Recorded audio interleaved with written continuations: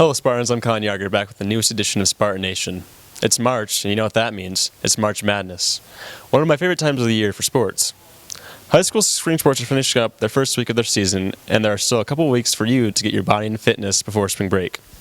We have all the sports news you need and more on today's episode of Spartan Nation.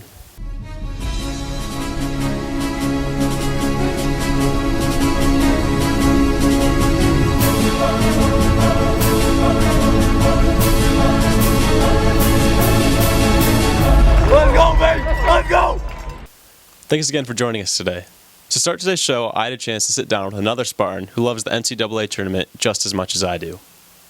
As the conference tournaments come to an end, we're going to share with you our predictions for who you should expect to see in the Final Four and who we think can win it all.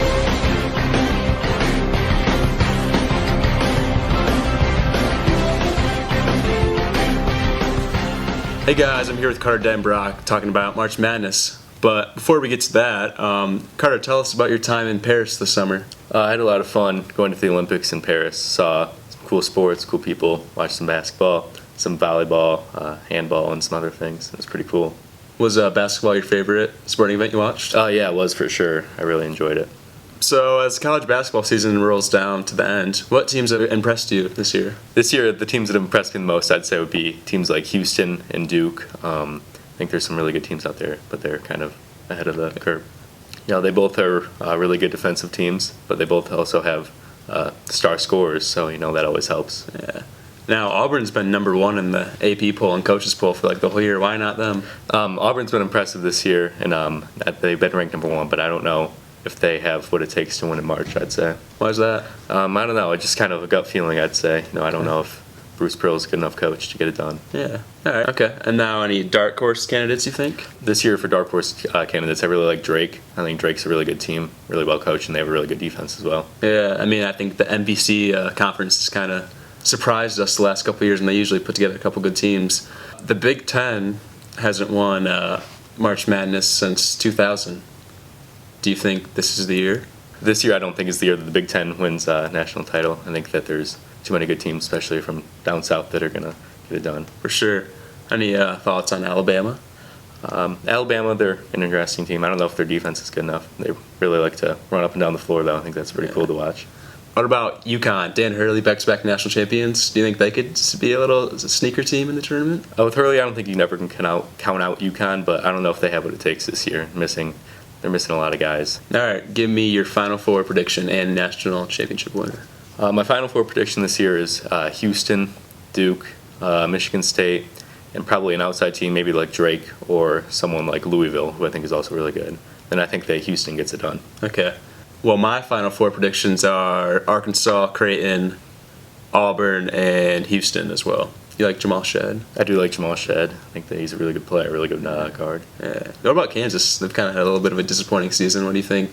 You think they can turn it around in the tournament? I don't know if Kansas can. You know, Dickinson, I don't know if he's really a winning March player these days. I think he's kind of washed. Yeah. How about Zeke Mayo? I think that he had a really rough game the other night. And, last night, though, he had a really good game. Did he? He had 24 on UCF. Okay. Didn't that game go to overtime? Did. Going to overtime with UCF in March, I don't know if that's a... That's fair point. All right, well, thank you, Carter. Thank you. Good. All right. Sweet.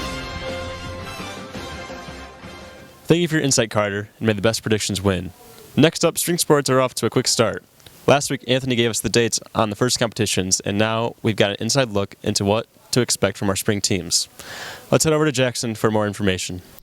Hey Spartans, it's Jackson with an update at the start of our spring sports. Starting with baseball, the Lakeview baseball team has been on a great run with 5 straight district titles and is looking to make it 6 straight. They are coached by Kyle Kraft, who has been in the program for 20 plus years and looks to add to his resume with another district title this year. The softball team looks to defend their district title from a year ago and is also the first district title they won in 26 years. Coach McCall is entering his second year and is looking to have another great year. Lacrosse is looking for their 3rd straight All-City title and is the 3rd year for Coach Hazma, who won the Coach of the Year last year.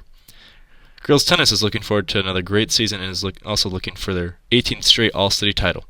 Girls soccer is looking to bounce back from last season and is looking for their 4th straight All-City title. To round it up, track and field is looking for a strong performance this year, and the girls are looking to defend their All-City title from a year ago. The boys are looking to get revenge on the Beavers from Harper Creek and steal back the city title. Now, let's head it back to Colin. We're going to check in with Tyler for some simple exercises that we can all do to help our physical well-being. The first step we have for you to achieve that spring break body and good health going into the summer is exercise. Exercising is important to a healthy body because it helps increase strength, endurance, and the health of your heart. It also boosts your immune system and increases energy levels. Some examples of easy at-home exercises that anyone can do are push-ups, sit-ups, and planks. A proper push-up position requires you to be in a plank position with your hands about shoulder length apart. Once ready, lower your body until your chest touches the floor and then push the ground to raise yourself back up while keeping your back flat to complete a proper push-up. A low-intensity version of a push-up would be the same position but with your knees on the ground and your ankles interlocked, like so. While a high-intensity push-up could include moving your hands closer inward to put more pressure on your triceps. This workout targets your core along with your chest, shoulders, biceps, and triceps. For sit-ups, lie down on your back on the ground and prop your knees up like so. Next, either cross your arms or put your hands behind your head, whichever is more comfortable. Then raise your upper body into a seated position. Then slowly lower back down to complete a single rep. For an easier version of a setup, only raise your head and shoulders off the ground. This is called a crunch. For a harder version, hold a weight in your hands. The sit-up targets your core and upper body. For both these exercises, it is best to do multiple reps until failure for maximum effectiveness. If you enjoy exercises that are timed, a good exercise would be a plank. The plank position requires your elbows on the ground with your back flat. Hold this position until you are satisfied with completing the plank. For a lower intensity version, get into a push-up position and hold that until satisfaction.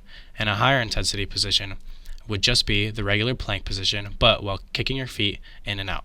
These are called plank jacks. But also, remember, if you are not one to enjoy hard, intense exercises, just going for a nice slow walk outside while embracing the vitamins from the sun will burn calories and go for a nice exercise.